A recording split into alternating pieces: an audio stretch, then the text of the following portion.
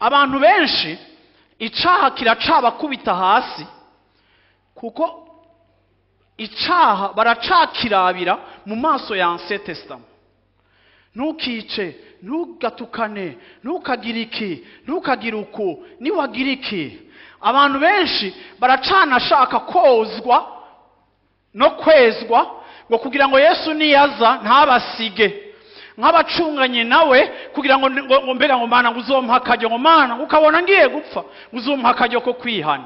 Oya, nitwihana kandi nitwezwa kuko ducunganye na Yesu kuza ashaka kutaza. Sikashikashe, suburare, uravyumva si saye, oui, saye no. Oya, nituriko tu oya, si izo sizo mpamvu. Igituma uyu murongo wabivuze mu Gifaransa, nous sommes devenus une même plante. Igiti Yesu akozwemo nico giti ukozwemo kuva umwizeye. Nimba Yesu yera canke yama amapera ntibishoboka ko wewe wama amahwa, ntibishoboka. Nimba warapfanye nawe ukazukana nawe, nimba wowe wama amahwa kandi warapfanye nawe ukazukana nawe, nimba ugicungana, nimba ukiraba abakozi ibyaha ngo nawe ucuba ngo none upurukwa pamwa ngo na pasteur yakoze icaha ukaba ukiri muri yo kashikashi, ni ukuvuga yuko quelque part muri processus ya mort na resurrection yawe hari ikintu capfuvye.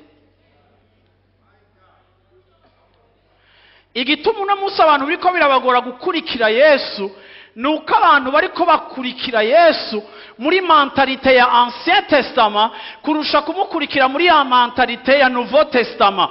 Umurongo wa mbere w'iki gice watubariye rero uratubwira umurongo wa mbere ngo none ngo tuvuge iki, tuzoguma mu caha kugira ngo ubuntu bw'Imana bugwire. Aha Paulo yari umwigisha w'ubutumwa bwiza bw'ubuntu bw'Imana. Hama abantu bamaze kumva yuko twababariwe kandi ko imbabazi ziwe zamahibiye bidashira, abantu bamwe mu Baroma bari barakijijwe batangura kumva yuko umenga ubu nta problem, ubu nta byagezwe, ubu nta mategeko, ubu turi free. Batangura gusubira mu buzima bw'ivyo badashwe. Arabandikira ku murongo wa mbere avuga ati loin de là, si kubera ubuntu ari bwinshi ducumura, ahubwo kandi ubuntu bw'Imana butugira kubaho devable. Nimba amategeko atashoboye gushikana abantu kukugororoka, Imana yaharuye yuko ubuntu bwo dushikana neza kukugororoka kurusha amategeko atadukoreye. Why? Kubera ubuntu vya vrai buratubohora complètement.